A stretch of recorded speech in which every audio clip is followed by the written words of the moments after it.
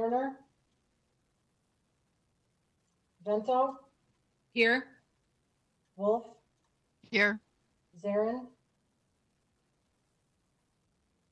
Here. Thank you. And Lindstrom? Present. Welcome again, everybody. We have a quorum. And that takes us to an agenda that I've been looking forward to since reading it. I think we're going to have a good conversation this afternoon. So that takes us to approval of today's agenda. Is there a motion to approve the agenda? Wolf moves. Second? Vento seconds. All in favor, say, Say roll call. We can't do that. Let's do the roll call. That could get kind of interesting. Let's do a roll call. Fredson? Aye. Sterner has not joined yet. Vento? Aye. Wolf?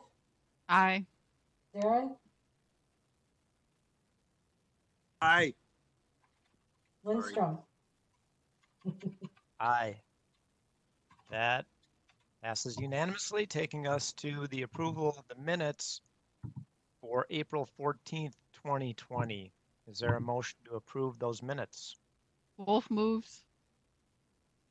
Moved by Wolf. Second?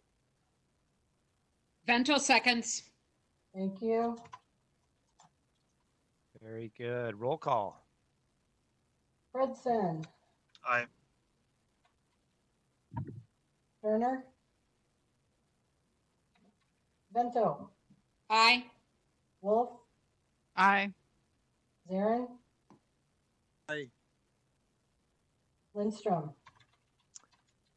Aye.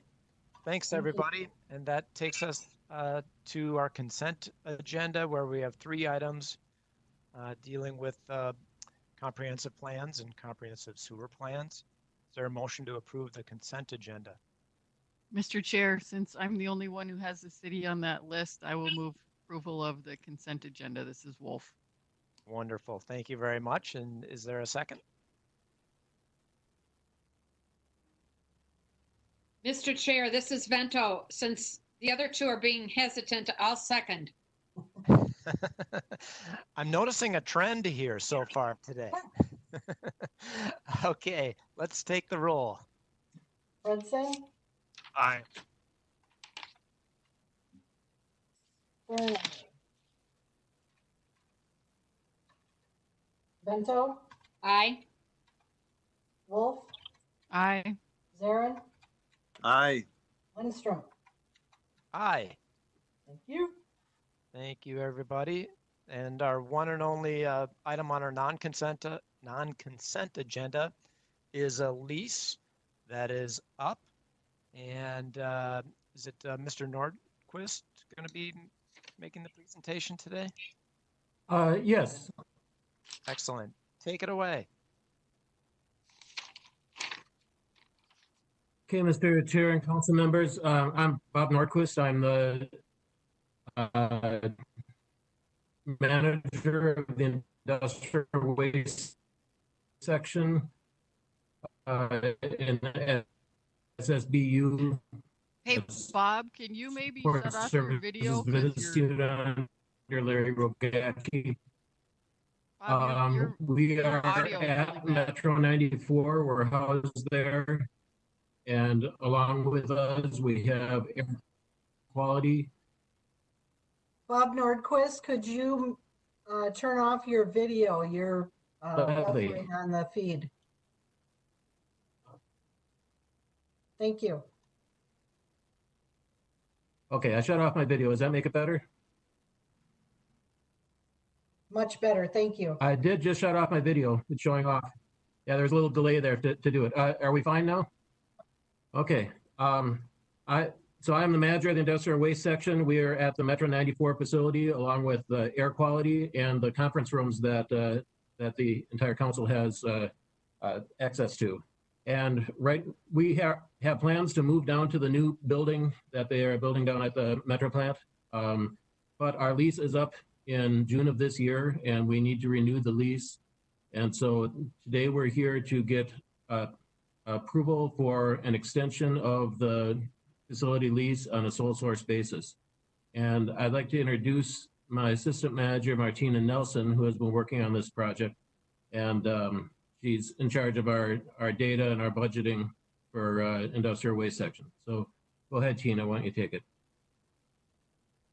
All right, thank you, Bob. I think I'll leave my video off. I am in my basement and I have 2 bars. So like Bob said, good afternoon, Chair Lindstrom and committee members. I am here today to gain consent to move forward with a 5-year sole source contract extension for our lease at Metro 94. Next slide, please. As Bob said, our current lease expires at the end of next month, and our extension will allow us to stay at Metro 94 until space at existing MCES facilities are available for us in 3 to 4 years. Next slide. So I have included a layout of our facility for your reference. So 2 support services departments occupy the Metro 94 facility. We've got half of the or a good portion of the building houses the industrial waste and pollution prevention section, and Suite 32 houses air quality, which is part of PERDAC and includes process engineering and research and development. Industrial waste will be moving into the new service building at Metro Plant, and air quality will be moving to our regional maintenance facility in Eagan. Next slide, please. MCES has leased this space for the 2 departments since 1990. This will be the 5th amendment to the original lease. Over the years, the space has been configured to meet all of our needs. Industrial waste has multiple sampling crews that conduct monitoring in industries throughout the collection system each week. All samples are brought back to our Metro 94 facility for compositing and pH analysis in our on-site laboratory before we bring them down to our lab at Metro for future analysis. As you can imagine, all of our sampling crews have a great deal of equipment and vehicles to support their operations, all of which is housed securely inside of our building. We have locker rooms that allow our technicians to change in and out of their uniforms each day and to shower after being out in the field if needed. Air quality has multiple labs that they use for all of their analytical work and for conducting odor panels with the general public. And lastly, there is a large shared meeting space in Suite 32 that supports meetings, workshops, and training events. The space is used by staff across Metropolitan Council and has the benefit of free parking. Next slide, please. So we have negotiated another 5-year lease extension with property owner Bachmeyer Corporation. The total cost of rent and expenses over the term of the lease is $1.3 million. Base rent is fixed each year, and common area maintenance and real estate tax expenses are capped to an increase of no more than 2.5% annually. Specific cost details can be found in your business item. Next slide, please. With the planned moves for both industrial waste and air quality, we have negotiated this lease extension with options for early termination at 36 and 48 months, but they do carry a penalty. The penalty was calculated by Bachmeyer by amortizing the transaction costs of approximately $21,000 at a rate of 9,000, or I'm sorry, not 9%, not 9,000%. We have opted for minimal tenant upgrades through the landlord for this term, limited to some minor improvements in air quality space. Those details are also in the business item. I'd like to also note that industrial waste budgets money outside of these lease payments annually for building maintenance to fix things such as leaks, replacing fixtures, and other such repairs. We also budget for all the utilities and services needed for the building for both industrial waste and air quality. Next slide. Today, the proposed action is that the Environment Committee will grant us approval to proceed with the sole source contract extension to lease Metro 94 from July 1st, 2020 to June 30th, 2025 for a total cost not to exceed $1.3 million. If approved, we will seek Metropolitan Council approval later this month. Next slide. I'd like to thank you for your time today and allowing me to present. Mr. Chair, committee members, do you have any questions for me? Any questions for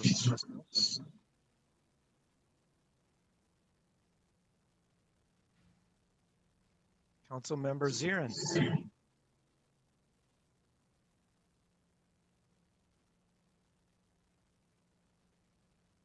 Now am I unmuted? You're good. Okay, I've never been to the facility. Is this a large facility? How many square foot or is it? Just give me a little more visual, if you would please, on what kind of facility we're approving here.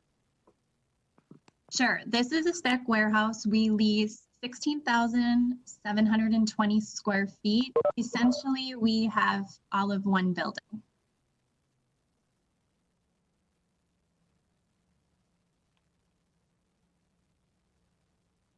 Any other questions? Councilmember Vento. Thank you, Mr. Chair. I'm wondering if, and this isn't related to the lease agreement itself, more to the facility. I'm wondering if anything special is going to need to be done as a result of the pandemic, and anything you've learned about the pandemic and the work setting in the last several weeks. Please take it away. Bob, I'm not sure if you have your thoughts. We're kind of unique in that we have larger office spaces, so social distancing is actually a lot easier for us in our building. But other than that, nothing really comes to mind. We replaced the HVAC about 5 years ago when we did the previous lease renewal. So that equipment is good and up to par. Bob? Yes, Councilmember. I think our biggest change is that our permit engineers are basically working from home right now. We're very limited in what we can do as far as inspecting and monitoring industries. We haven't changed the facility at all, except for removing some chairs from the lunchroom, making some hallways one way, identifying some doors as in or out. The biggest change is that there's just not going to be that many people there. The engineers have adapted to contacting the companies via internet, and I don't think there's any major modifications we're going to need to be there. Thank you. A question I have, this is the chair. The new building, is that scheduled to go online in what, 4 years or so? Mr. Chair, the new building, I believe, is scheduled to go online at the end of 2023. And as far as I know, it is still on schedule for that. We've been meeting with the architects and with the team designing that. Excellent, thanks. So we may not need to go the full 5 years for this lease extension, or we may. We've got options. That's good. Is there any other questions, or do we have a motion to extend this lease? Mr. Chair, Wolf would make the motion to extend the lease. Motions Fredson, second. made, seconded by Councilmember Fredson. Roll call. Okay, Fredson, Aye. Sterner. Okay, he's not here. Vento, Aye. Wolf, Aye. Darren, Aye. Lindstrom. Aye. Thank you. Unanimous. Thank you, everybody. Thanks for that informative presentation. And that takes us to the information portion of our agenda where we have 4 items, including the very first one on the design build delivery approach for capital projects. We're going to start with Ms. Clancy and then a few other presenters on this topic. So Janine? Yes, thank you, Mr. Chair. Are you able to hear me? We can, coming in loud and clear. Thank you. My name is Janine Clancy, and I am the Assistant General Manager of Technical Services. I'm presenting this information item that's titled the Design Build Delivery Approach for Selected Metro Plant Capital Projects. And I'm presenting that with Dan Abelson from the Office of General Counsel, Renee Heflin, who is our Manager of Plant Engineering for Technical Services, and Jody Jacoby, our Director of Procurement. And I also want to note that our presentation was prepared in collaboration and with input from Stein Jordan, Director of the Council's Office of Equal Opportunity, and Ashanti Payne, Assistant Director of the Council's Office of Equal Opportunity. Next slide, please. The capital program includes 2 major projects at the Metropolitan Wastewater Treatment Plant that Environmental Services plans to deliver using the design build approach. These projects have been scheduled to balance our needs with environmental services, our spending needs with environmental services, and to meet our customer level of service commitments. In January of this year, the Council executed the contract for owner's advisor and engineering services with Black & Veatch that will support both design build projects. And Janine? Yes? Your Yes. audio is kind of muddled for me. I don't know if you're farther away from your microphone than you were before, but it's muddled. Okay, let me try this.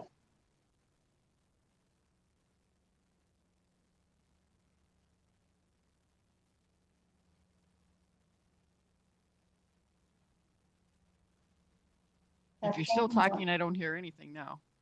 Testing. Keep One going. moment, please.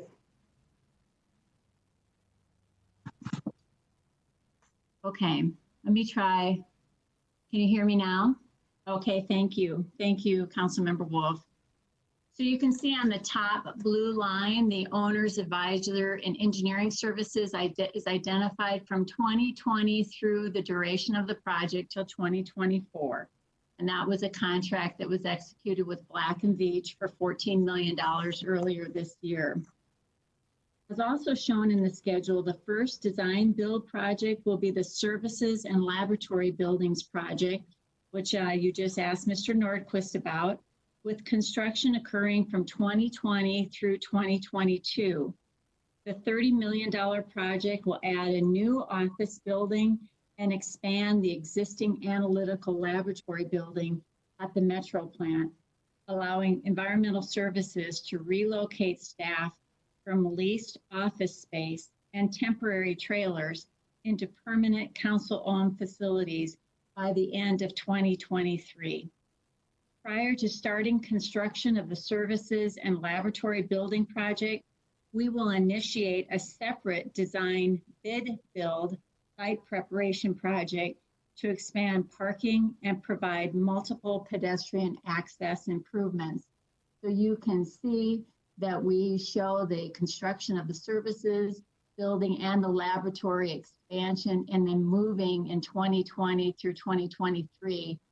And then the site preparation, which we plan to initiate a construction contract toward the end of this year, that will begin toward the end of this year and continue on through 2023. And then the second design build project is the 4th incinerator. The 4th incinerator project is scheduled to be constructed from 2022 through 2024, and the estimated construction cost is $150 million. As shown here on the slide, we will complete a separate design bid build renewal project to extend reliability of the existing 3 incinerators, and that work has just started. This $20 million project, again, has just started. It is under construction. Construction of the fourth incinerator project will add needed capacity and improve reliability for solids processing at the Metro plant. Once the fourth incinerator is complete and commissioned, Environmental Services will undertake an extensive renewal project where each of the existing 3 incinerators will be taken out of service for almost a year, one at a time. And I just want everyone to keep in mind that incineration of solids at the Metro plant is one of the key elements of the ES Solids Management Program. The Metro plant incineration facilities handle 75% of wastewater solids generated in the region. The incinerators operate at just under 1,400 degrees Fahrenheit. The demands placed on the incineration facilities at the Metro plant require renewal projects at scheduled intervals to ensure continuity of operations.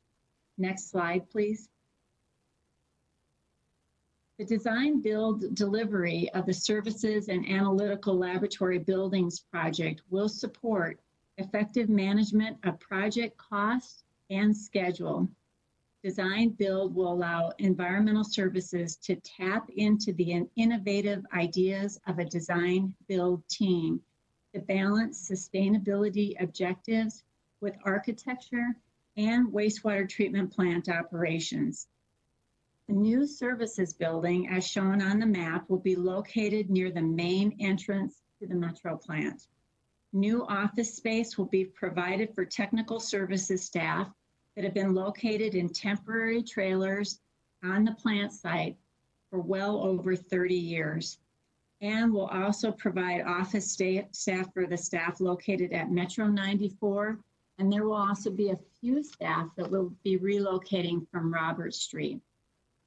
And then furthermore, staff currently located in our research and development trailers will be relocated to an expanded and remodeled analytical laboratory building.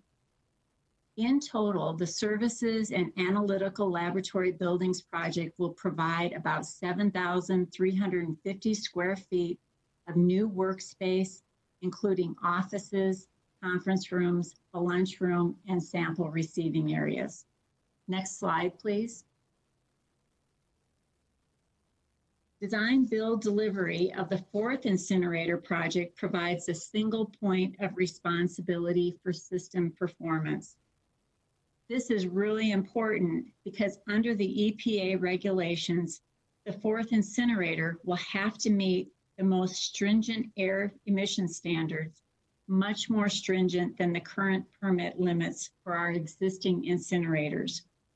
The EPA established separate standards for existing incinerators where construction commenced on or before October 14, 2010, and for new incinerators where construction commenced afterward.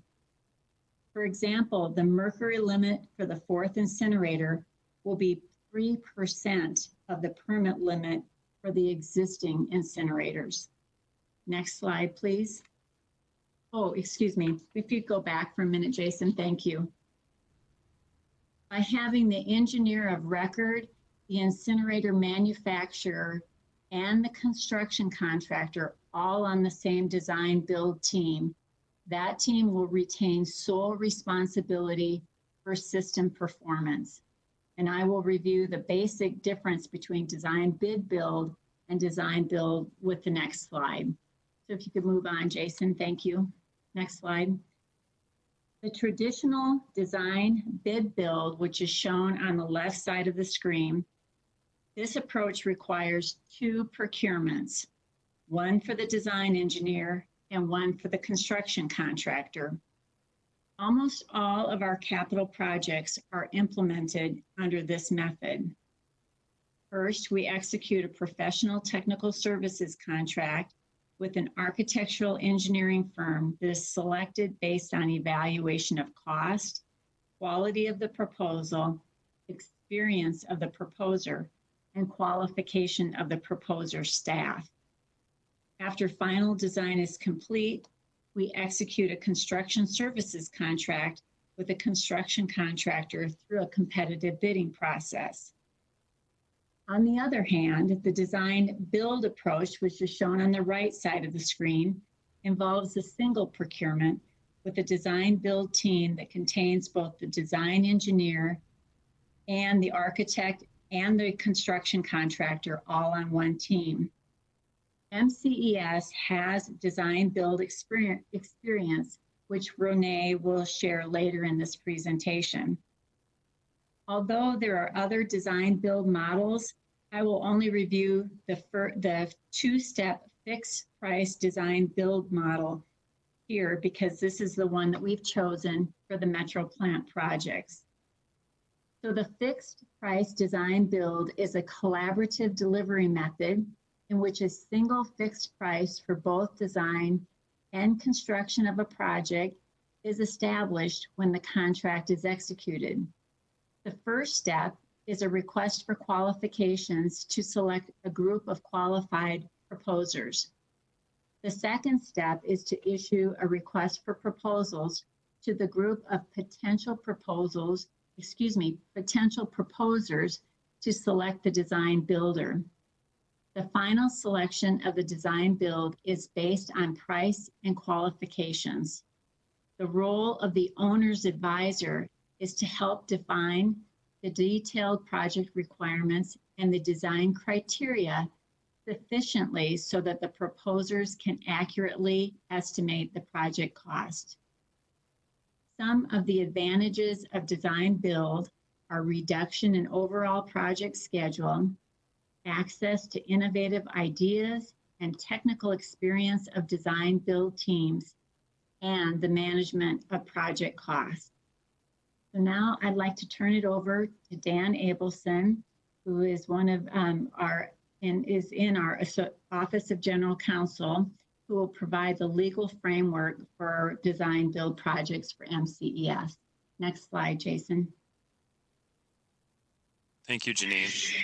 Mr. Chair and council members, I'm going to touch on two statutes that give MCS authority for design build. The first is Chapter 471A, which will apply for the services building. And the second is 471-371, which will apply for the fourth incinerator.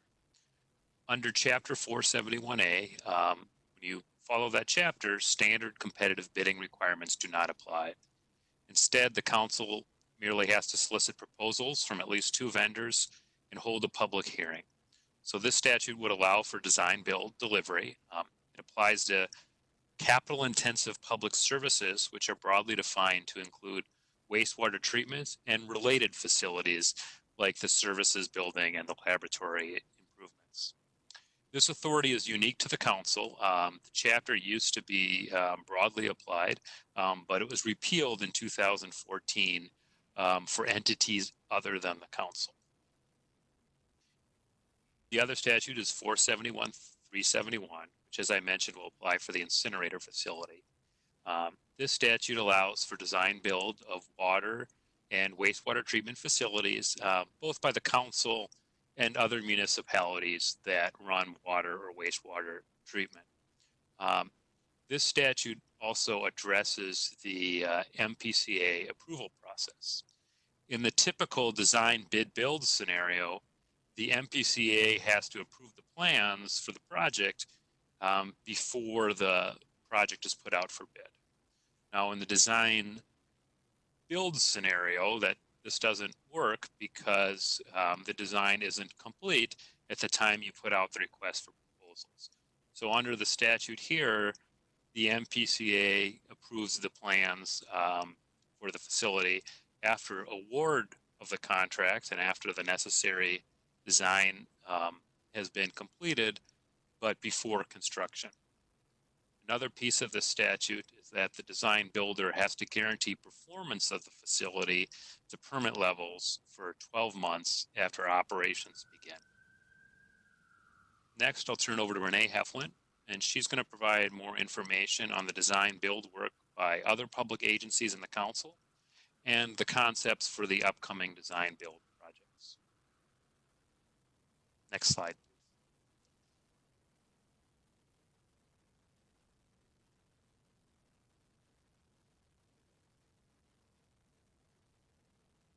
Renee, you'll need to take yourself off of mute. Thank you, Susan. Hello, Mr. Chair and Environment Committee members. I want to check in. Can you hear me? Yes. Yes. My part of this presentation is to review some design build projects and then to present the current design concepts for the services building and for the 4th incinerator projects. Thank you. I will take myself off video now. Other public agencies are doing design build. These are some examples of design build projects within the past 5 years. The MnDOT Overlay and Bridges project is one completed in 2019 in the Forest Lake area. The project cost was between $50 million and $60 million. The Minnesota State Senate office, which had an estimated 2013 project cost of $65 million, was completed in 2015. And St. Paul Regional Water Services plans to implement improvements at its McCarran's Water Treatment Services plant using design build delivery. The request for qualifications is due at the end of this month, and the estimated construction cost for this project is $132 million. Next slide, please. Environmental Services has successfully implemented 7 design build projects since 1985. There are 4 wastewater treatment plant design build projects, including 2 at the Blue Lake wastewater treatment plant. At the bottom, one project was with an incineration equipment manufacturer. And we have 2 examples of design build delivery projects for office/surface buildings, the Regional Maintenance Facility and the Metropolitan Analytical Laboratory. Both of these are original constructions. Next slide, please.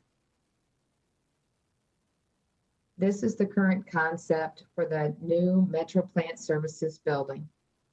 We want to create a work environment where MCS employees thrive and can reflect our commitment to public health, the environment, water sustainability, and achieving our customer level of service. We want to meet current and future needs for our workforce and public stakeholders. We want to improve landscaping and increase collaboration efficiency between staff located in the new services building and the existing administration building. As shown in the bottom photo here, we have already completed demolition in preparation for the new building. We want this building to meet the Minnesota energy efficiency and sustainability guidelines published in Buildings, Benchmarks, and Beyond, also known as the B3 guidelines.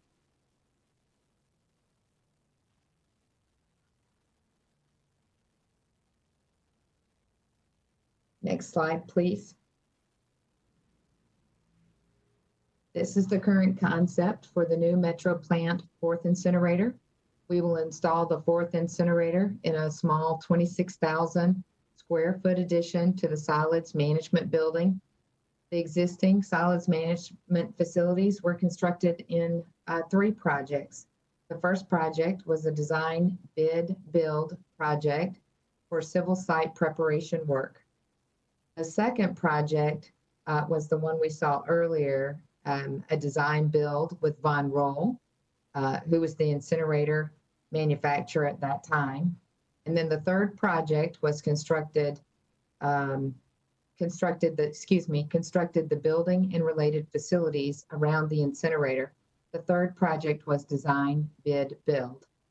For the 4th incinerator, we will construct the building expansion and the incinerator facilities in one design build project.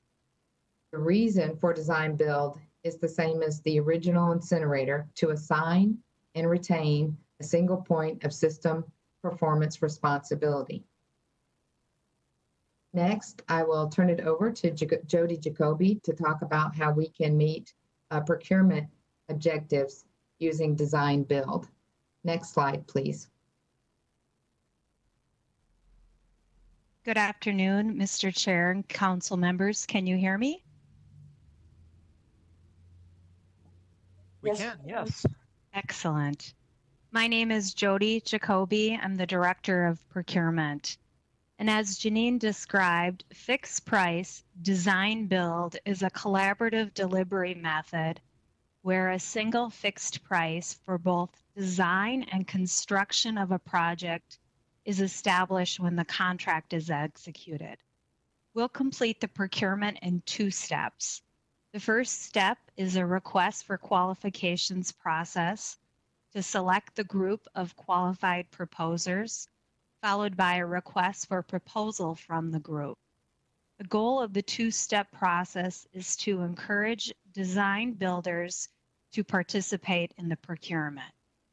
Procurement is working closely with various internal partners, including technical services, the Office of General Counsel, and the Office of Equal Opportunity to ensure this method meets the public procurement objectives, including inclusion of prevailing wage rates, reviewing potential conflicts of interest, and promoting participation of the Metropolitan Council underutilized businesses, or MCUBs, where the approach will be similar to a design, bid, build procurement.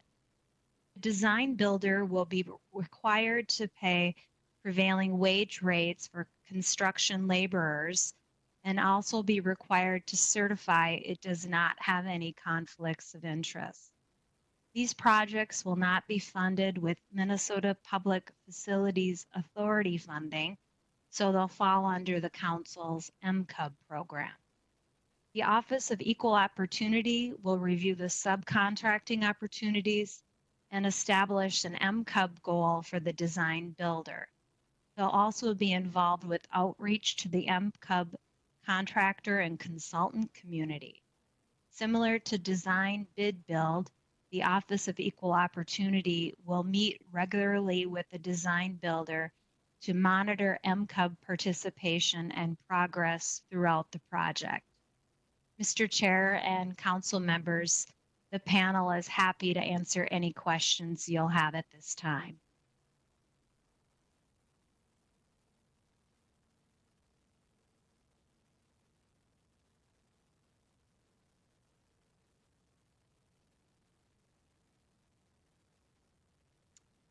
Excellent presentation by all. Thank you very much.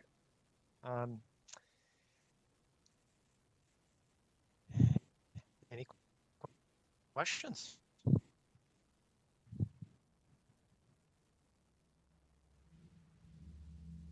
Looks like Ray has a question. And Can you get my technology to work? Thank you, Mr. Chair. Can you hear me?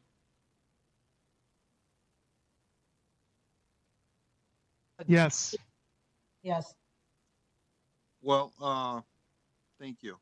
I don't know what's going on with my phone, but I just want to say that this this checks all the boxes for me. This is a fantastic project. I think we've done our due diligence here. I want to thank everybody for that. And I'll be voting for this. Thank you. thank you very much. And one thing I wanted to remind folks of is the B3 guidelines that were mentioned. That's Sustainable Building 2030. It's also called B3. And we had that in our sustainability plan as part of our strategic plan that we did earlier this year, that all new construction projects for the council facilities will meet these SB 2030 standards. And just a quick reminder on what that is all about. That means that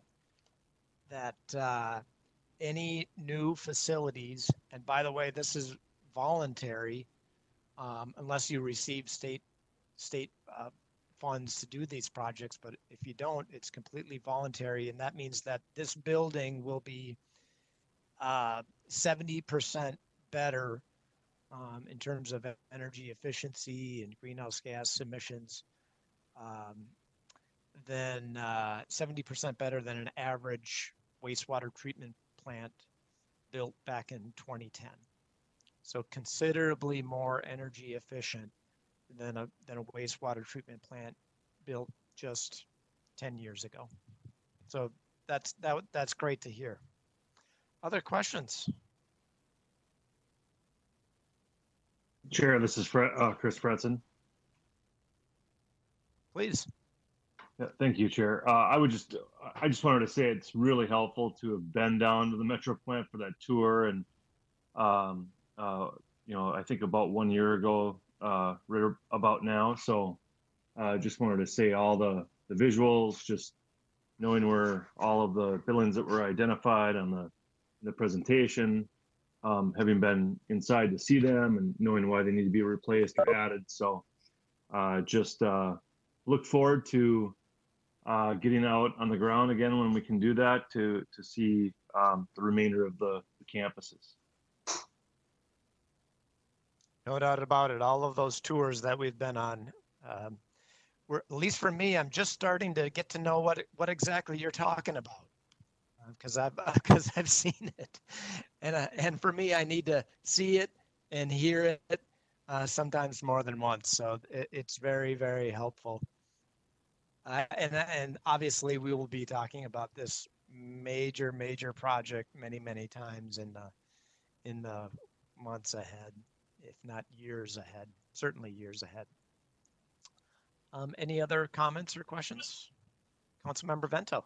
Thank you, Mr. Chair. I have a quick question, and I apologize if I'm beginning to sound like a broken record, but I read an article this morning about some cities where they anticipate changes in their business districts as a result of the virus. So my question relates to the virus and whether or not you anticipate any changes in terms of the Metro plant as a work setting going forward. Mr. Chair and council members, this is Janine Clancy, and I can speak specifically to the services building and the analytical laboratory expansion, as well as then there's another project that is in our portfolio, and that is some work at the regional maintenance facility. And I will tell you that frankly, the pandemic and the impact of social distancing and office space has really caused us to review our thought process from an architectural standpoint and the amount of people and the distancing that is established in those design criteria. And so certainly we are early in the process, and we are evaluating how the pandemic situation adjusts our thought processes in terms of staffing. So thank you, Councilmember, for bringing that up, because it is something that is on our mind. Thank you. Excellent question. Thank you. Other comments or questions? Seeing none. Thanks again, everybody. That was very thorough and very helpful. And like I said a moment ago, we will be chatting about this many times. And that takes us to our next agenda item, where we're talking budgets. It's going to be an interesting year in terms of budgets. I'm quite certain about that. And Ned, I believe, is going to be leading the discussion here. Mr. Smith. Thank you, Mr. Chair and members of the committee. Can you hear me okay? We can. Great. I am Ned Smith, and I am the Director of Finance for Met Council Environmental Services. I also have Matt Selmeyer on the line. He's the manager of our budgets, and he's available if we need some air cover. So to purpose of today, I'm going to turn off my, now you know who I am. The purpose of today is to walk through at a high level what our budget is going to be for 2021. We're going to walk through some of the highlights of the expenses and revenue sources, as well as our debt, an overview of our capital situation in terms of debt and debt payments. And then we will walk through our strategy we use to share this out with the public. Go to the next slide, please. So to get straight to the punchline, our municipal wastewater charge will be only increasing by 2%. And I'll walk through some of the thoughts on that, but the punchline is that is an anticipation of some of the revenue difficulties we're anticipating our cities will face in the coming 18 months to 2 years. Our sewer availability charge is going to remain flat at $2,485 per SAC unit. That is flat for the 8th year in a row. Last time we raised the rates was in 2014 on January 1st. And we'll talk through a little bit about what the long-term outlook for SAC is as well. Our industrial strength charge is going to be also similar to our wastewater charge at about 2.4% increase. And then our permit fees are going to be about 2%. Permit fees vary a little bit by business type and size, but across the board, it's about 2% on average. Our proposed uses are going to increase by 3.9% over 2020, and I'll talk through how that math works. For any of you armchair mathematicians, if our wastewater charge is only going up 2%, but our uses is going up 3%, 3.9%, where's the difference? And we'll talk through that. Next slide, please. So to start with an overview of our revenue sources, the total is $323 million, and as you can see, 74% is on our municipal wastewater charges. And that is up, again, 2% over 2020. I do want to emphasize, though, that even though we are only increasing our MWC by 2%, no city in the region will actually see 2%. And that's because of our allocation method, where their allocation is determined by how much do we increase the charge, what is their flow from the prior year, and what was the regional flow. And so what we do is we take the prior year, in this case it would be 2019, and we look at the percentages that each city contributed. So if a city contributes 10% to the total flow from 2019, then we will allocate 10% of the total municipal charge for 2021. Our cities appreciate this because we, in fact, sent these out just last week. And I want to give a special thanks to technical services team, Kyle Colvin, Anna Bessel, and Emma DeVille for their hard work to get this out. This is incredibly helpful for our customers because they are usually building their budgets in the June to July timeframe. And so this helps them plan ahead. It gives them budget certainty. But what that also means is if you have a I&I or you have growth, then on a wet year, your percentage of the total regional flow will be higher than it was in the prior year. And that can cause more than a 2% increase to your municipal wastewater charges. The other biggest piece is our transfer from SAC at about 18%. That is a little bit higher than our percentage last year, and that is because we are also transferring a little bit from our SAC reserve to help pay for PAYGO. And so when we realized that we needed to tighten our belts in light of COVID-19 and the pandemic effects on the city revenues, we needed to make that difference up. And the way we're doing that is we are transferring some dollars from our SAC reserve fund, which is incredibly healthy, and I'll talk through that later, to help us cover PAYGO. PAYGO is where we use operating expenses to pay for items that otherwise would have been financed. So that's pay as you go, PAYGO. So that's why that number looks a little bit higher at 18%. And this year, for 2021, we're going to transfer $7.5 million from the SAC reserve fund. Last year, we transferred $2 million for additional help. And then our industrial waste charges at 5%. Again, that is what we charge our industrial customers for their strength that is above domestic strength. for additional chemicals and other things that are in, or organics that are in their output. That's pretty much in line with prior years. We don't see any large increases there. We are sensitive that our industrial waste customers might have some impacts from this pandemic as well. So we are monitoring that to make sure we understand how we need to respond. And then in other, the two biggest chunks there is OPEB, which is our other post-employment benefits. That's an adjustment where we're getting $4 million per year from that fund. Fundamentally, we started heavily investing in OPEB around 2007, 2008, and our CFO had the foresight to invest primarily in equities, and she did some special adjustments to how she did that to make sure it was legal. Normally, we can't get in equities, but she was able to. And if you imagine if you got into equities in 2008, then you'd be doing very well now, which we are. And then there's a $2 million transfer from our reserves. Those are our operating reserves, and that's another way that we offer rate mitigation. You may recall in 2017 and 2018, we had material surpluses in our operating budgets around 3 to 5 million per year. And so that was 3 to 5 million that went into the reserve. And we want to get that money back into the hands of our customers as quickly as we can. And so the way we do that is through rate mitigation. So that's the $2 million there. Next slide, please. Our uses.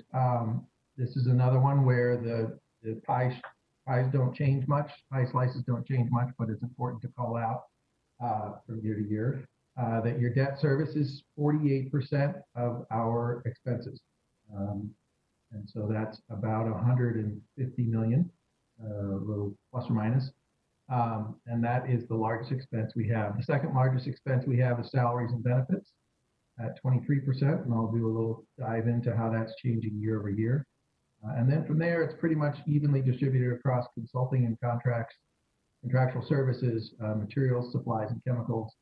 Interdivisional services, those are the central services we receive from regional administration, mostly around HR and finance and procurement and accounting.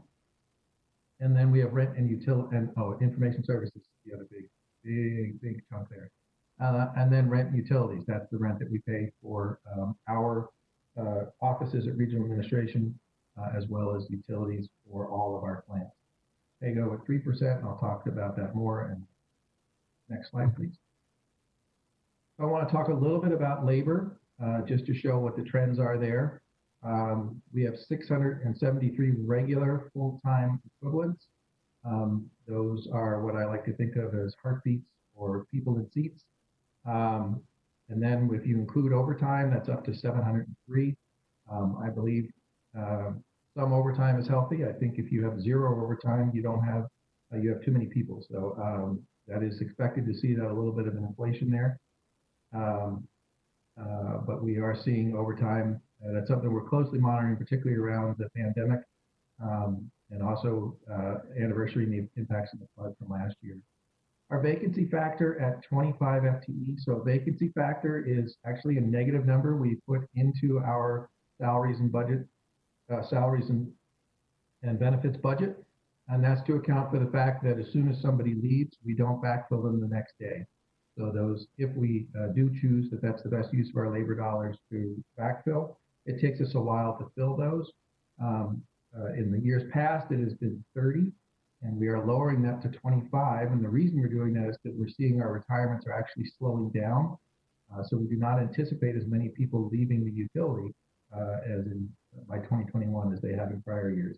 But that does increase our labor expense by about $500,000. But that is, that makes sure that we don't overplan for our labor. And then we have general salary increases plus medical, which have been reasonable. Our medical is self-insured, and we have seen reasonable increases there. They haven't been what you might have been reading about medical in the papers. And then our general salary increases are, of course, as negotiated with the union. We do have actually 7 FTEs that we are increasing. Those are for interceptor workers and electricians. as well as some other programs, namely construction inspection. We are continuing to evaluate our level of service, and we're looking at areas where we need some additional help to maximize our customer service. Most important thing, though, to remember here is that we're at 703 if you include overtime, but we were at 1,200 in the mid-90s. So we are always working towards efficiency. We've made significant gains over the years. We will always strive to continue to do so. Next slide, please. I want to talk a little bit about this is often what we call our debt service bubble, just to show that there is light at the end of the tunnel, and it is indeed sunshine. We do see a projected debt service bubble will end at about 2021 as the peak, and then it should come down and actually go negative. And so what that means is, so in 2021, our debt service went from 145 million in 2020 up to 154 million in 2021. So that's a $9 million increase. And then what gets a little scary is your 2% increase in your MWCs is only worth about 5 million. So our expenses are growing rapidly. This is primarily due to the recession back in 2008. Well, two things. The recession when we, again, cities and development particularly was facing some challenges.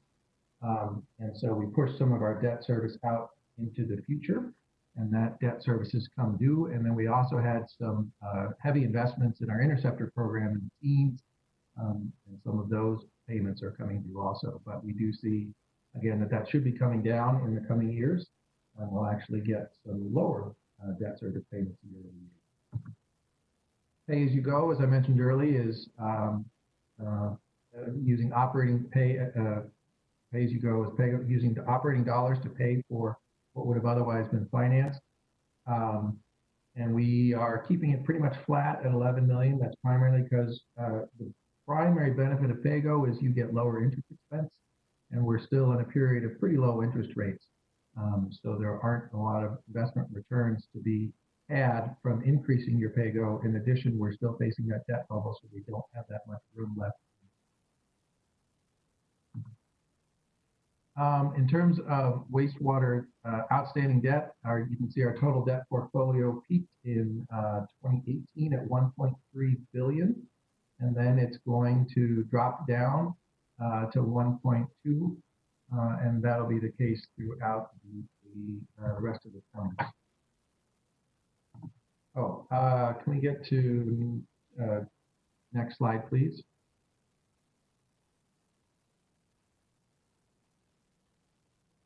And that's the PAYGO slide. I'm sorry, I was working on my own PowerPoint. And there we are on wastewater debt.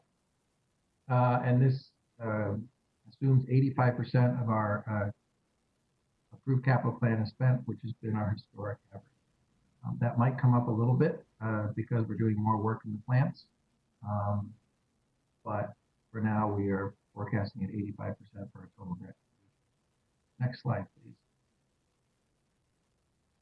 Just to put that into perspective, so 1.3 billion sounds like a lot. It's important to remember that our total plant and interceptors, the total system is worth about 7 billion are our estimates. Our capital program of 150 to 180 million a year roughly translates to about 2% per year, which is a reasonable replacement rate. That assumes that you're basically replacing your system every 50 years.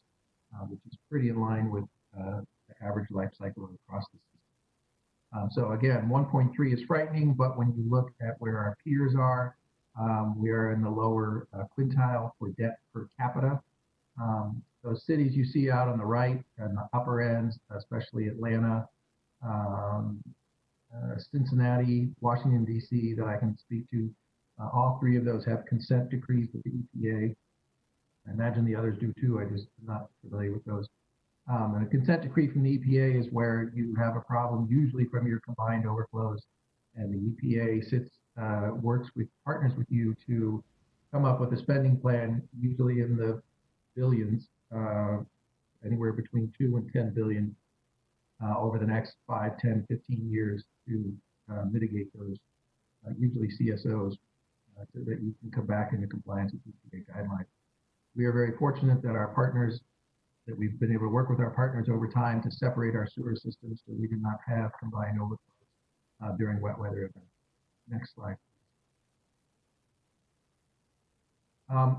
This is just showing that our SAC rate has been flat since 2014. The last increase was a 2% increase coming into 2014, and it's been flat since then. Next slide, please. And we're able to do that because our SAC units have been so strong over the last 10 years. Again, we see 25,000 units was our final for 2019. A massive increase over 2018, but still in line with the overall trend.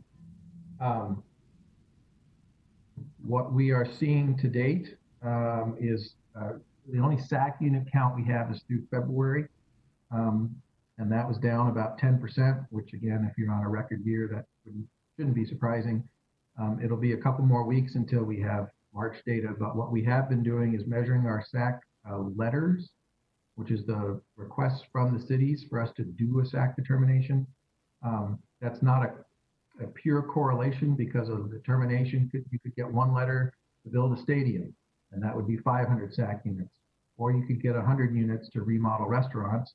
If you're not changing their footprint, that would be 0 SAC units. So it's not a direct correlation, but it is an indicator of overall health of the SAC system. And those for our commercial systems are down about 15% year to date on a 5-year average. So we do see some slowing, but I do not see it as dire as some of the predictions are. And there are some indicators that the housing SAC, which is 50% of our SAC units, will continue to be strong. Again, a slight dip, but they are looking 2, 3, 4 years out for their building projects, and they know that the demand is still there. Which leads us to our pricing for SAC units. You can see that our reserve has come up to 110 million at the end of 2019, again, because of the healthy units that we saw. Your SAC bill is about 50 million a year. So SAC pays the portion of the debt service proportionate to what's the capacity in the system. So if the system is roughly 30 to 33% available, we charge 33% of our debt service to SAC. And so you can see that it's a healthy, we're well above the minimum, which is the 5-year rolling average of a SAC transfer. And that is what we're going to rely on to help us through the coming slowdown. That said, we've done several scenarios. We're looking at what if the recovery takes 6 months, what if the recovery takes 18 months, and what if the recovery takes 30 months. And then we're looking through what different unit scenarios are. And as we start to see indicators for which scenario are we in, we'll use that appropriately to adjust our pricing. But we do, as you can see, with the health of the reserve, we don't anticipate raising our SAC price at least 2 to 3 years out. And then we need to think about, if you're in a recession, you don't want to make development more expensive. So we'll be exploring some creative solutions to how we make sure that we're continuing to encourage development in the region. And just our rates, just always a reminder, never pass up an opportunity to remind everyone that we are 40% lower than the national average. This is data is a few years old. National Association of Clean Water Agencies, which NACWA only does 3 years, will be filling out another the survey this year, 2020. So we should have the results in the next 18 months. Ned, this is a reminder. Make sure that you're saying next slide when you need us to advance the slide. I appreciate that. Next slide, please. So there we are at 40% of our national average. And we'll stay tuned on that. Next slide, please. So this is an overview of our modified promise. So we started back in 2018. We did a 5-year promise to keep our rates at 4% or lower. For 2018 through 2020, we were in the 3.5 to 3.7% range. When we started in February, we were looking at about a 3.6% increase, but once the shelter in places happened, we realized we needed to adjust our strategy. to meet the tightening concerns of our customer partners. So we are going to look at a 2% increase for 2021. And then 2022 through 2024, we're going to have to monitor. It's pretty hard for us. It's pretty tight to manage at a 2% increase. When you just think about our salary and our benefits going up in the 3 to 4% range, a 2% increase in your MWCs it gets thin. So we're going to need to watch what happens, and then we'll need to explore some other options. So again, we're doing some scenario planning. We're looking ahead. And as we get some indicators to help us realize what's going to happen in 2021 from a revenue perspective, that will help us understand what we need to plan on for 2022 revenue and how we need to respond accordingly to our planning. We might need to take a slightly different approach to how we build our budgets. But our long-term goal is to match inflation. Next slide, please. We talked through most of these at the beginning, but just a breakdown of all of the industrial charges. Again, the most important that your strength charge is 2.4%, and your annual fee is about 2%. Next slide, please. So our rate setting schedule, this includes our customer outreach efforts. Unfortunately, our industrial workshops were canceled due to COVID-19. But we are working to do some electronic outreach to them, particularly with our newsletters to keep our industrial customers informed. May 12th is today. This is where we present these proposed rates to the Environment Committee. And then we will go out and share these proposed rates on the 21st and on the 11th through WebEx virtual meetings. So these used to be done. We usually do one east and one west, and we would plan one north and one south. But we're going to do those as virtual, and that's our opportunity to ask our customers, what are they seeing, what are they concerned with, and what and how they receive our budgets. And then on July 14th, we will come back to the Environment Committee and share the feedback from our customers, as well as ask to adopt the rates that are posted on the executive summary of this. And then we take that to the broader council on the 22nd. And then in August, we present the formal budget as part of the broader council budget. And then that goes into the 90-day period for final approval in December. And with that, I will take any questions from the council members. Next slide, please. Any questions? I'm looking forward to those customer forums in a few weeks. I know Chair Zelli's going to give a welcome on May 21st, and I will be at the June 11th customer forum, and I'm sure we're going to have great attendance. Any questions? Council Member Fredson. Thank you, Chair. I had two, if I can just ask both now and then put myself back on mute. The first is, what do you expect to hear from our customers on this? And then the second one is, as it relates to those scenarios, like when do you anticipate being able to share the, like the 18 month out scenario with us? Thank you, Mr. Chair, Council Member Fredson. So what do we hear from our customers? So one of the things that we did when we sent out our initial bills was we called the customers that are experiencing 10% or higher increase, just to see a 10% or higher increase is a pretty big chunk. And most of them were expecting it. A lot of them, the increase was due to growth in their region or in their city. So they understood, if my city grows, I'm going to have higher flow. Those that are traditional I&I customers, because 2019 was the wettest year on record, cities that have a high I&I were also expecting that they would have a higher flow.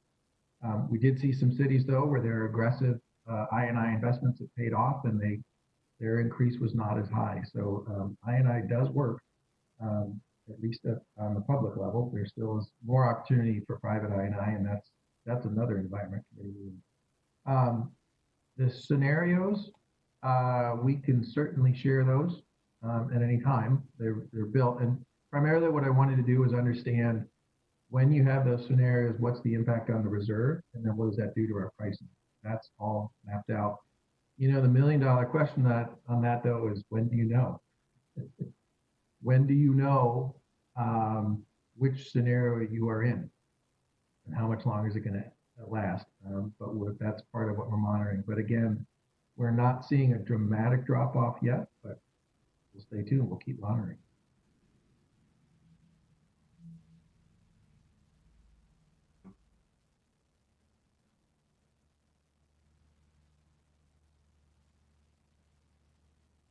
Actually, I might have one more. I'm sorry. I was speaking and I was on mute. So Oh, sorry. no one could hear me except myself. I wasn't hearing it. I was speaking to my empty office here. Please, yeah, go ahead, Councilmember Fredson. Sure. So the other question is, can you just speak to the relationship between this proposal and then the Met Council's other budget priorities, right? So like anticipating significant budget pressures across the board. I know that we are, environmental services is not I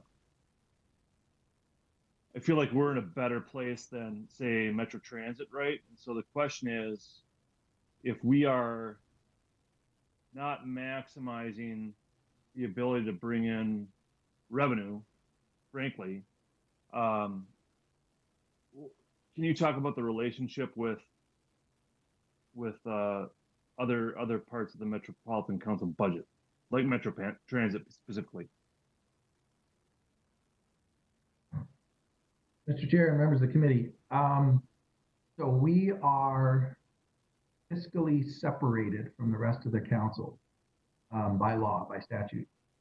So I like to think of it as we have fiscal or financial firewalls between us and the rest of the council. So we are fee for service, and so all of our revenue, 100% comes from, 100% of our operating fees come from our customers, either through MWCs or SAC or through industrial. And we do have some state funds, clean water funds, and we also have some levy funds that help with our water supply planning.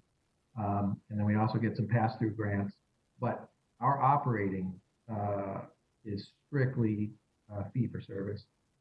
So from that respect, the revenue issues at Metro Transit should not have an impact on us, nor are we allowed to kind of get involved. The one part where we would see an impact is regional administration and support, and the regional administration shared services. They might need to modify their service model to be sensitive to the challenges that Metro Transit is facing.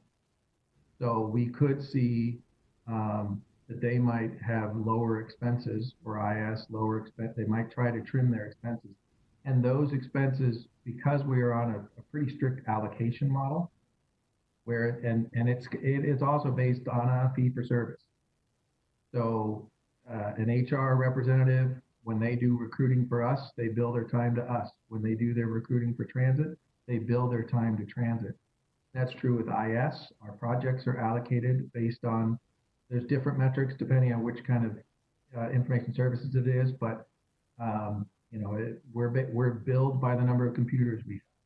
Or they'll, for the procurement and asset management program, they look at our usage and they allocate the charges based on that. So I don't see a direct impact from the rest of the council, and I anticipate that our regional administration shared service fees will still be consistent with the services that we are receiving.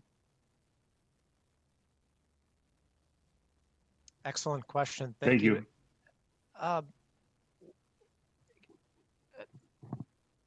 Ed, correct me if I'm wrong. There is a surcharge for cities with excessive I&I. Is that correct? Mr. Chair, not in practice. Okay. And in fact, we have really tried to steer away from the use of the term surcharge. I don't believe we have ever charged it because we find it more valuable to partner with our customers and work with them together to figure out an I&I investment. So the way the surcharge used to work was we, based on your I&I flows, we would come up with what the excess flows were, and that would translate to a possible surcharge. But then we would partner with the cities, and they would just take that money, and instead of paying a surcharge, they would invest it in their infrastructure. And since we started that program, every city has chosen to invest in their infrastructure. And so we would, and I don't feel like it's a good partnership to use that term, because we would do everything we could to partner with the cities to figure out a better way for them to invest in their infrastructure.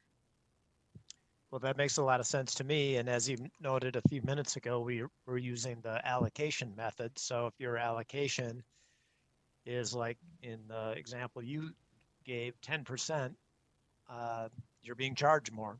And so if you can reduce that I&I and make sure that it's 9% the following year, you're going to be saving. Other questions? Not, and just pipe up. I'm not seeing a lot of video, so feel free to chime in. Wendy, you're on mute. Oh, sorry. Wolf, please. Go ahead. Thank you, Mr. Chair. I just wanted to comment, thank you to Ned for all his work on the budget stuff. He always does a great job. And comment that I came onto the council in 2009 when the world was falling apart with the recession. So I've kind of been through this before, and I'm comfortable with the approach that we're taking. We've got a good reserve, and it's too early to really know what the future looks like. So I think we're picking the right path for now, and we'll have some more decisions to make later. And also comment that in Lakeville, I got a presentation recently from the city council, and their residential development is up over last year. So yeah, we're seeing a decrease in commercial, because commercial is really struggling right now, but residential is still chugging ahead at a pretty brisk pace from what I can see. So that's it. Great, thank you. If there are no other questions or comments, then thank you very much, Ned, and we'll move on to our third item under our information agenda, which is another critical area, one that we heard about, well, maybe 4 or 5 months ago, 6 months ago. So we can get an update on contaminants of emerging concern. Mr. Rogacki. So Chair Lindstrom and Environment Committee members, thank you.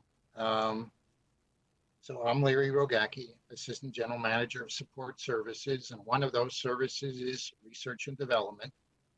If you remember back, I believe it was in January, George Sprouse and I made a presentation on PFAS compounds in wastewater and biosolids.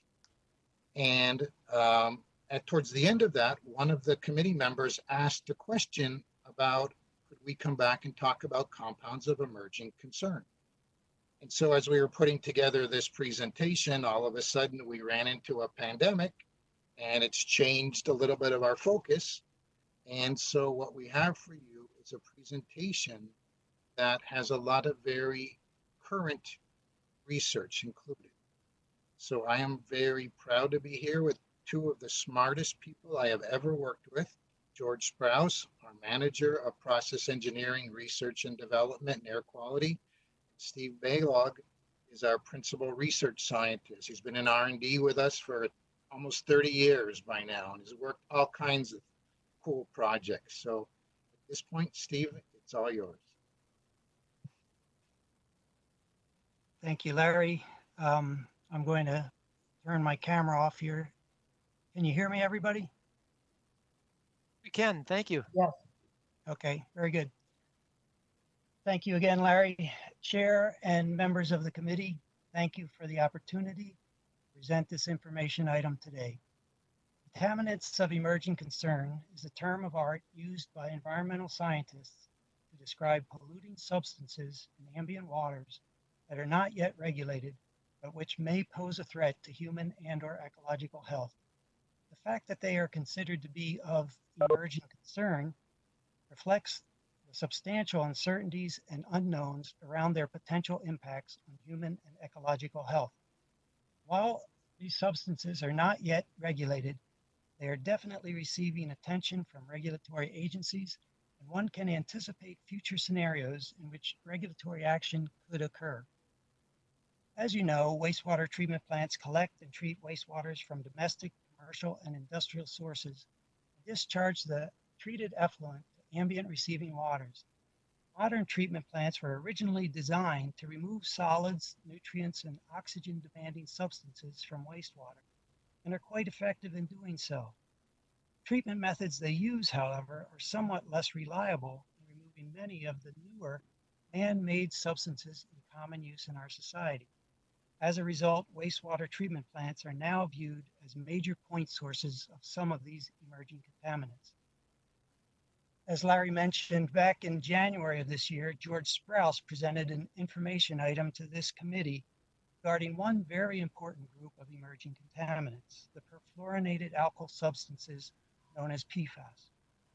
Our initial intent in presenting today's information item was to bring several more of these emerging contaminants to your attention, and we will do that. However, with the ongoing global outbreak of the COVID-19 disease stemming from the SARS-CoV-2 virus, we have revised and appended our presentation to add some late-breaking information on how MCS is joining with wastewater utilities across the U.S. to examine how wastewater might provide actionable information on viral prevalence and trends in our communities. So about our topics today. I'll briefly discuss two specific categories of CECs, which you will have already been aware of: pharmaceuticals and personal care products, and microplastics. Then I'll describe some new analytical approaches scientists are using to identify and quantify the myriad chemical compounds that are being used and discharged to our collection system, but which are still unknown and unstudied. At that point, I'll pivot to our current concern with the SARS-CoV-2 virus and introduce the relatively new science of wastewater-based epidemiology, describe our recent work to characterize the SARS-CoV-2 virus in Metropolitan influent, and mention other anticipated virus-related activities as well. Next slide, please. So, pharmaceuticals and personal care products. Many of these chemicals will be familiar to you as common ingredients in products we use every day. Acetaminophen for minor pain relief, caffeine in our coffee, DEET to keep the mosquitoes and ticks off. Others will be less commonly recognized, but they are in use throughout society as medications or as additives in widely used personal care or other household products. The chemicals listed here are only a small subset of this category. They are useful for illustrating two major mechanisms which largely determine how effective wastewater treatment processes are for removing these types of chemicals. Our treatment processes rely heavily on physical settling and biodegradation. So any compounds that adsorb onto solids and settle out, or that are readily biodegraded by activated sludge, will be removed to a greater degree. So in this matrix at the lower right, estradiol has higher absorption to solids and rapid biodegradability, be readily removed in our plants. Carbamazepine, on the other hand, in the upper left, has low absorption to solids and is not readily biodegraded. So we find much of this compound will pass directly through our treatment plants. The concentrations of these chemicals in our influent and effluent are quite low, and with dilution are even lower in our receiving waters. But some aquatic organisms are quite sensitive even at these very low concentrations and this explains the ongoing concern. Options for reducing levels of these compounds in our effluents might include treatment with ozone or carbon adsorption, both of which obviously entail some substantial cost. Next slide, please. Second category of CECs to highlight today is microplastics. The working definition here is any plastic particle less than 5 millimeters in its largest dimension. This may include particles of this size that are discharged directly to ambient waters, or particles that are produced in the environment from the breakdown of larger pieces. You might remember the tiny plastic beads that manufacturers were putting in our toothpaste a few years ago. That practice has fortunately been outlawed, but some personal care and household products can still contain those tiny beads. Another major primary source of microplastics is our clothing, especially our fleeces and microfiber wear. These materials shed microfibers throughout their lifetimes, particularly during washing. Of course, our wash water and other wastewater is disposed to the collection system, and the number of microplastic particles entering larger wastewater treatment plants can easily exceed 100 million per day. The great bulk of this microplastic mass, perhaps even 99% of it, will be captured in our sludge streams and removed from the water. But even if only 1% is discharged to our receiving waters, that means 1 million microplastic particles are discharged into the river each day, potentially impacting the health of aquatic organisms. And perhaps of greater concern, what is the fate of the microplastic captured in the sludge if we are operating a land application program? These issues and questions will very clearly interest regulators in the not too distant future. Next slide, please. The chemical formulas of some compounds entering our treatment plants may be proprietary and therefore unknown to us. These chemicals may or may not be removed in our treatment processes, may or may not have adverse effects on human and ecological health. What to do? Well, without going into detail, I will simply mention that scientists are rapidly developing techniques to begin to identify and quantify these unknown non-target compounds. It's called non-target analysis because we don't know what the target compound is, and it relies on high-energy ionization techniques to break apart everything in the given sample and then piece it all back together with some very sophisticated data analysis and a lot of computation. These methods are not yet widely practiced, but they will ultimately gain traction and begin to shed some light on the unknown compounds entering our treatment plants and allow us to better evaluate their threat and control their release. Next slide, please. So that's a brief look at some current contaminants of emerging concern. Now on to the elephant in the room. SARS-CoV-2 virus has obviously disrupted pretty much everything, everywhere, throughout the whole world in the last 4 months. Needed to enact social distancing and other containment measures to flatten the curve, protect our healthcare systems and vulnerable populations. These measures have been largely successful, but an unfortunate shortcoming in our response has been an inability to test as many people as we would have liked to, and our current picture of the extent and prevalence of the virus in our communities remains incomplete as a result. Early on, scientists in several countries recognized that wastewater could potentially be used to provide information regarding community infection rates. You can think of it as a big urine test. By checking wastewater for remnants of the virus shed from infected people, you might be able to estimate how many people are actually infected in the sewer shed. Something like this has been going on in some places for 10 to 15 years in order to estimate the prevalence of polio and other infectious diseases. And the practice is particularly common in Europe. Methods are referred to as wastewater-based epidemiology. And I want to take a moment to introduce them to you in the next few slides in the context of their application to the present SARS-CoV-2 situation. Next slide, please. So the concept is quite simple in theory. The viral RNA that is shed in the stools of infected people is flushed into the wastewater collection system. wastewater flows to the treatment plant for processing. A representative 24-hour composite sample of the influent wastewater at the plant is collected and analyzed to determine the concentration of SARS-CoV-2 RNA in the influent. Knowing the wastewater flow rate, we can calculate the total mass of viral RNA leaving the sewer shed and entering the treatment plant. This calculation doesn't tell you how many people are infected in the sewer shed, but tracking the viral RNA mass over time could indicate if the infection rate is increasing or decreasing, detect a possible resurgence, and thus could give some indication of the effectiveness of or continued need for implemented containment measures. Next slide, please. Now we could take this one step further within the sewer shed population. If we can accurately estimate the mean amount of viral RNA shed per infected individual per day, we can make a simple calculation to estimate how many infected people there are in the sewer shed.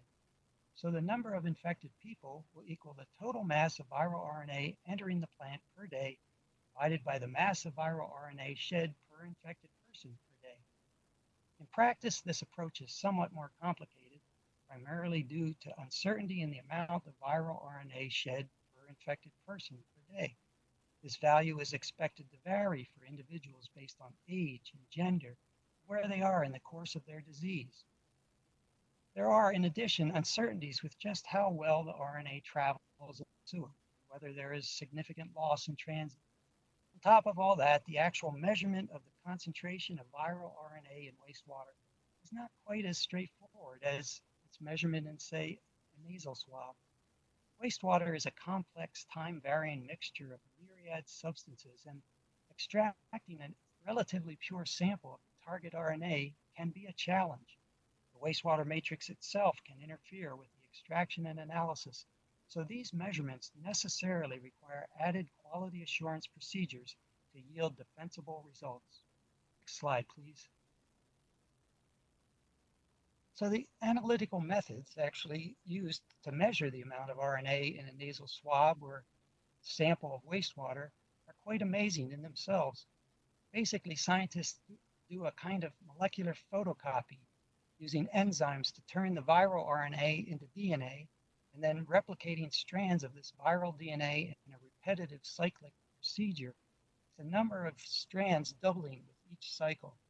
Within just a few hours, they can produce 1 million or even 1 billion strands of the viral DNA.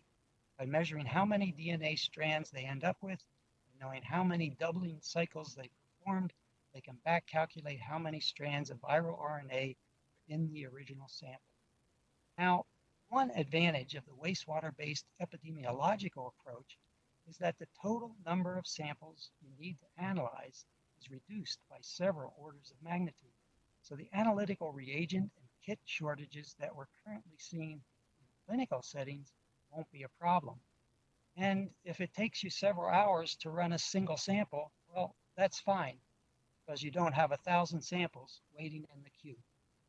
Next slide, please. So about MCS's current activities. About a month ago, in early April, we were alerted to a project coming out of MIT and a firm called BioBot.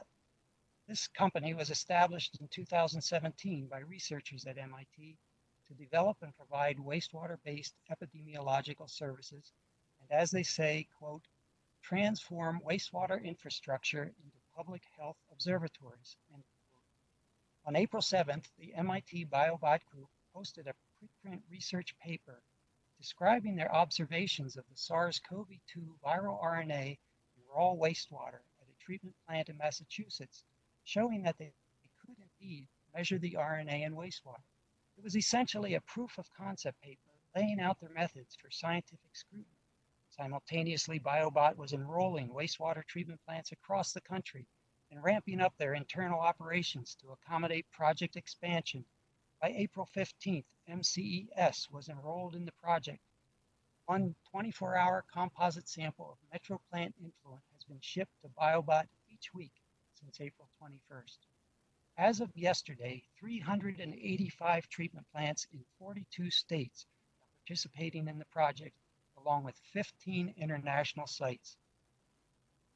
We have received results for only one sample so far, so I need to caution you here that these data won't be fully interpretable until we get several more weeks of numbers. But so far, the Metroplant influent RNA concentration is suggesting a much higher infection rate within the Metro sewer shed than is indicated by Minnesota Department of Health clinical testing data. We expected this to be the case due to the limited clinical testing that was being done at that time and is still an issue. Obviously, more clinical testing will uncover more infections. I want to emphasize here as well that the data we are collecting is aggregate population level data. It is anonymized information reflecting a community level response to the virus. We have no interest and no plans to collect any information that would identify any individuals or subpopulations in our community, either regarding this virus or any other constituent in our wastewater. Recognize the privacy concerns that arise in this type of situation and are clear that only aggregate, anonymized, whole population level data will be collected. At this point, we need to see more wastewater data to evaluate this approach and see if there is a week-to-week consistency and if the trends make sense.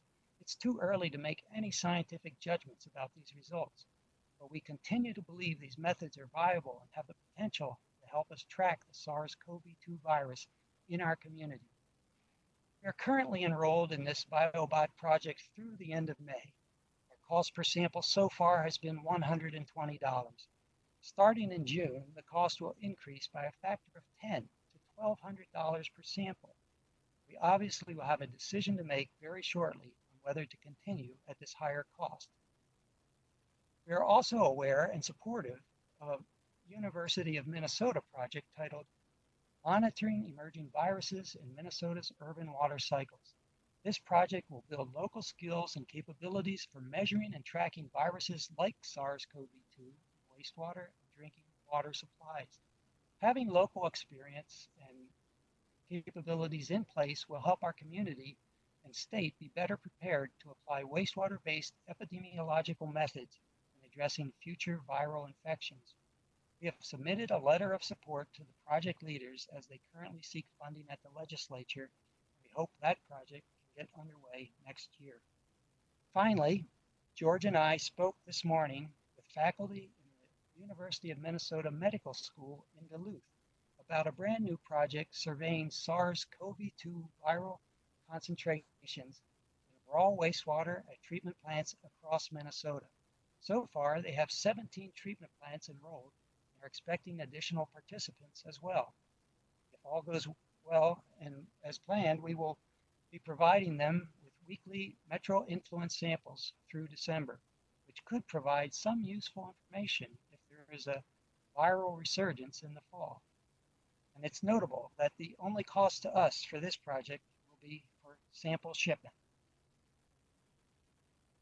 Next slide, please. So to summarize, wastewater-based epidemiology may provide timely and actionable information about community infection rates and trends that can supplement and complement clinical testing data. There are substantial uncertainties involved in this type of approach, but we expect that current efforts by scientists around the world reduce those uncertainties and raise the profile of wastewater testing as a valuable tool to help communities manage ongoing future viral outbreaks. Thank you, Chair, members of the committee, for your attention. With that, I'm done. Thank you very much. Questions from the committee?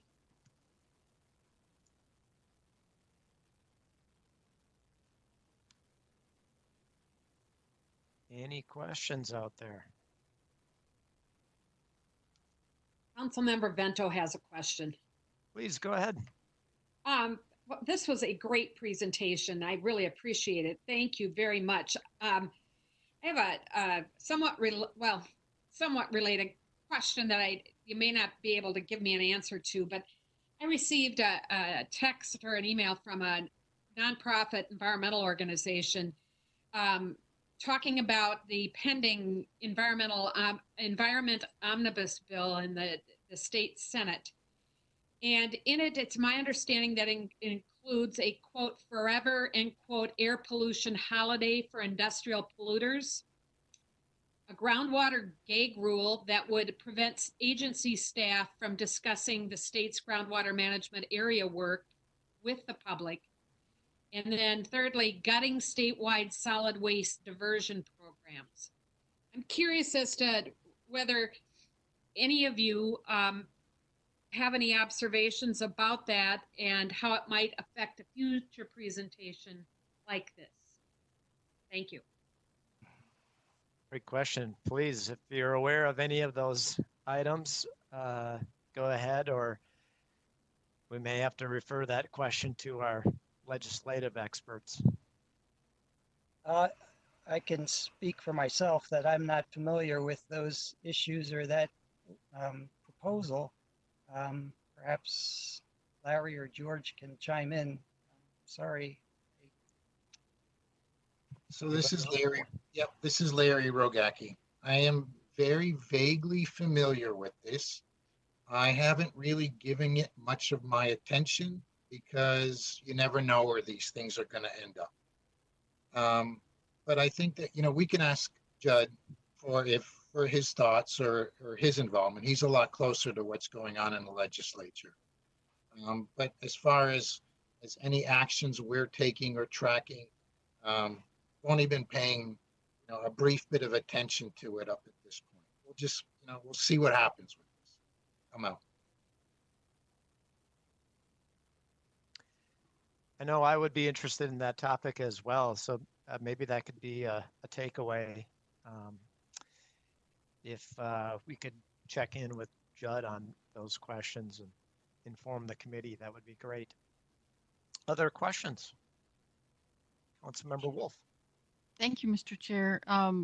Why is the price of the samples or the testing of the samples going up by a significant amount next month for the testing for the one?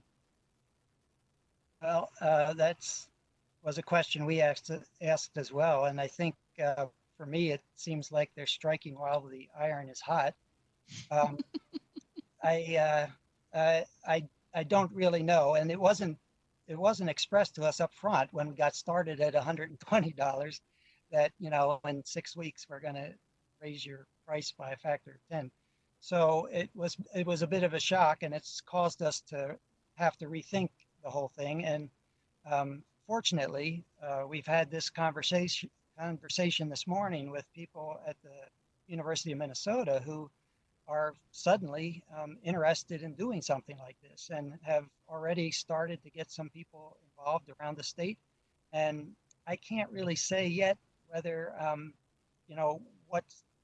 whether they're going to be able to pull it off, because it's a pretty big challenge. It's a big job to be able to do this kind of analysis, but I'm hopeful. I'm hopeful that we can partner with our friends there in Duluth at the university, and I think we can do something for a lot cheaper than $1,200 per sample. Yeah, thanks. I think this is important work to be looking at, but gouging us for the price of evaluating the samples just doesn't make any sense to me.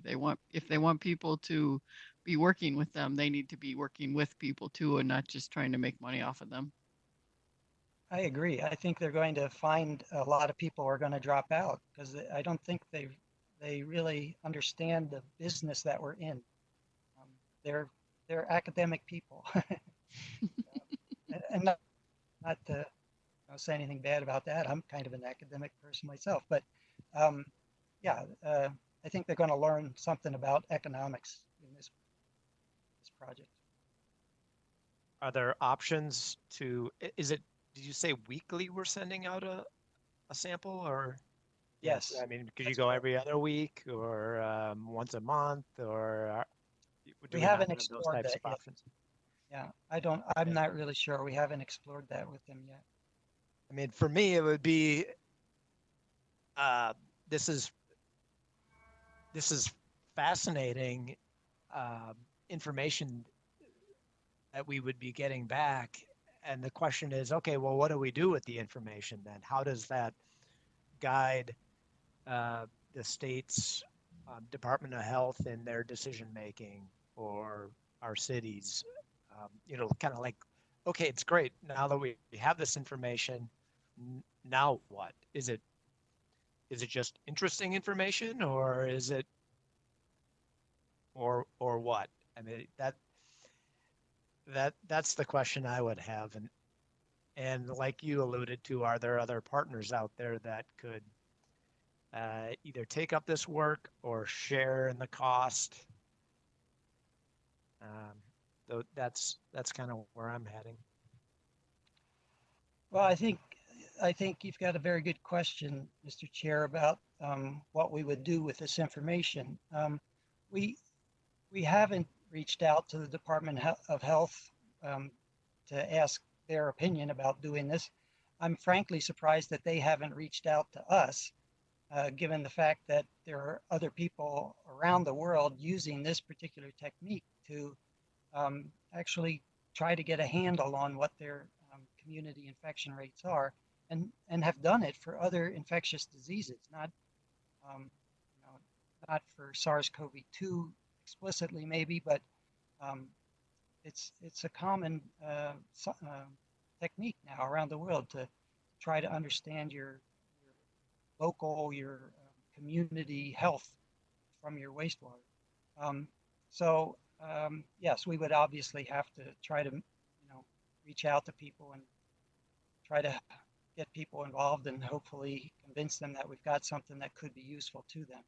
As far as finding alternative partners, that's why the university conversations we had this morning with the medical school they were really important and really good for us, I think, to connect with these people. And basically, we just need to make sure that they can measure what we think we want to measure in the wastewater, and then they want to try to correlate that with community infection rates and build a model and have something that maybe over time we can use to maybe not be ready right now for what's going on, but maybe in the fall, maybe we have some data where we could see a resurgence coming, for instance, if that's going to happen. So we are looking for other partners, and we will explore every avenue we can to see if we can make this work. Mr. Chair, this is Wendy again. Yeah.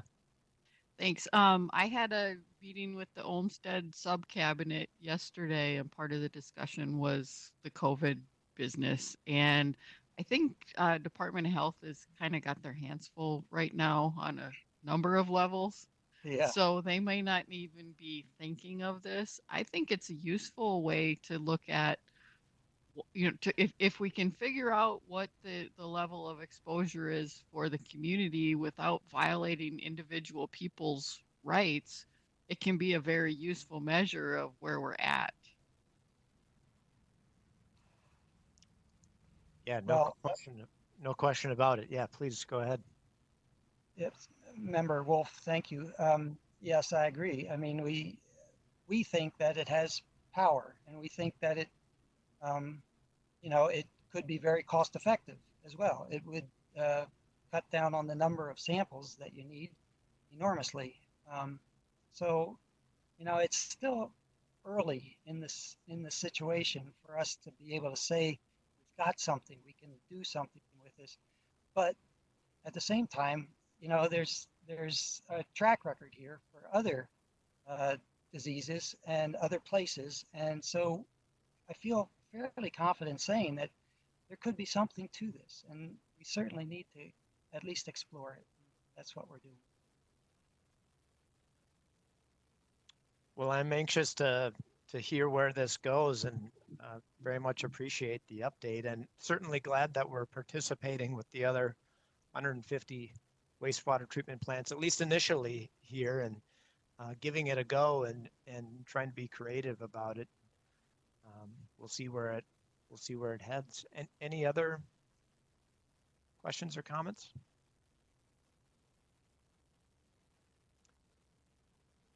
Hearing none. Thank you so much. Boy, I mean, I tell you, none of us could really have anticipated these presentations. I mean, especially the last one and Ned's presentation around our finances and boy, how things have changed in the last 2, 3, 4 months. It's just unbelievable. So thank you again. And that takes us to our final information item, our general manager's report. Thank you, Mr. Chair and council members. I'll be brief. I just want to add my encouragement for you to join one of the budget webinars that Ned spoke about when he was talking about our budget rates and for 2021. There's 2 of them. We'll have links that we'll provide for you to be able to join, but it's a really good opportunity to find out what kind of questions our communities have and how they're reacting to our rates. So it's a very good barometer reading, I guess, for how we're doing responding to the needs of the communities. Chair Zelli will do the opening on the 21st and Councilmember Lindstrom will do the opening on June 11th. We're going to miss being able to have that contact with our customers like we're used to having and offering tours. This year will be a little bit different, but under the circumstances, we're going to have to handle it through a virtual communication. And I think on that point, I'll pivot to how we're doing in the organization in the COVID situation. We are also doing a lot more communication virtually. And we just had 2 virtual town halls with our staff. And we were able to have over half of our staff attend one of the 2 virtual town halls. We consider that a huge success, considering for some folks, it's not as easy to hook up and do a virtual call for a meeting. So we are going to keep building on that and find ways in which we can continue to communicate and connect with employees virtually, as in person is got its limitations. But at this stage of the COVID pandemic, we're doing really well, we feel, given how it could be and hearing how some other places are struggling. At this point, we've had 1 confirmed COVID case and that person is back in work at the workplace. We do have other folks that have been out for symptoms or isolation, but we've been able to maintain enough staffing levels to be above our minimum pretty much the entire time.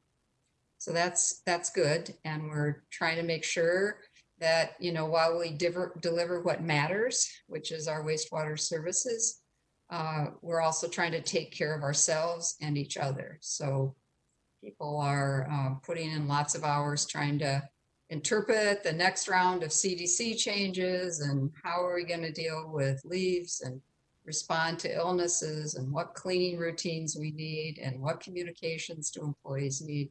So it kind of seems like every day is a new day, but there's a lot to keep paying attention to. So our key goals, along with meeting our essential services, of course, is to prevent the spread of COVID in the workplace. That's the top priority. We also want to reduce the risk of disruption. So we've looked at all sorts of scenarios and ways in which we could have backups in place or coverage solutions figured out if we end up with a spike of absences in any one shift or plant or location. And then the third thing is to support employee well-being. And that takes all kinds of forms, but much of it coming back to communication and supporting their needs as they adjust to all these changes that we're all living with every day. With that, I'm open to any questions you might have specific. Thank you very much. Any questions or final comments or questions for folks? Seeing none. Oh, it's Chris. Yep. Just real quick, we're on the clear on the flooding. Any potential for flooding, right? Right now, we're high and dry relative to today. We got enough on our plates, that's for certain. Well, thank you, everybody. Thanks for all, again, thank you for all these fascinating presentations. Look forward to the updates and have a great evening. This meeting is adjourned.